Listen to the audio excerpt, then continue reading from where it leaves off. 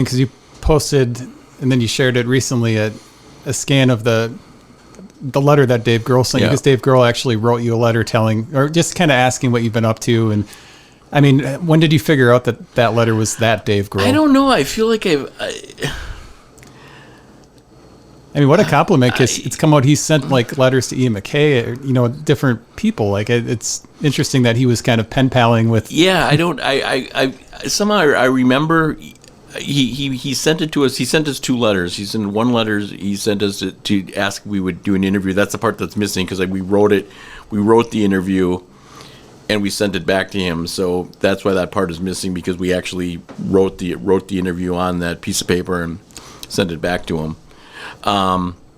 So that's missing, but that was because he had, I don't even know the history. Like, he had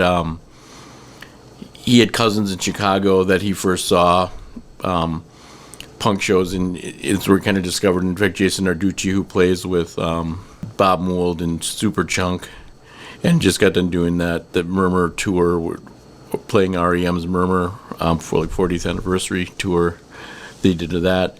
He that was the first band that Dave Grohl, punk band that Dave Grohl had stayed, called Verboten, I think. So that kind of, Dave kind of discovered punk in Chicago, and then went home and kind of discovered his own stuff there. But he also stayed at my apartment in Green Bay when he was in town with Scream. So he had already kind of been to Green Bay. That would have been quite a few years after, because I think he would have been 14 when he wrote me the letter. So, did he reference the letter when he stayed with you? No, I don't. I wasn't. I was actually just starting my my run of production that summer. So I know he stayed, and I came home and they were staying there, but I kind of came in and went out. I never really got to know him then. I didn't get to know him later. He's aware of the letter now. If he was, and I don't, like I said, I don't remember when the letter became. I feel like I always knew who Dave Grohl was, even when he was with Scream, so that when the letter came, like, I had known before.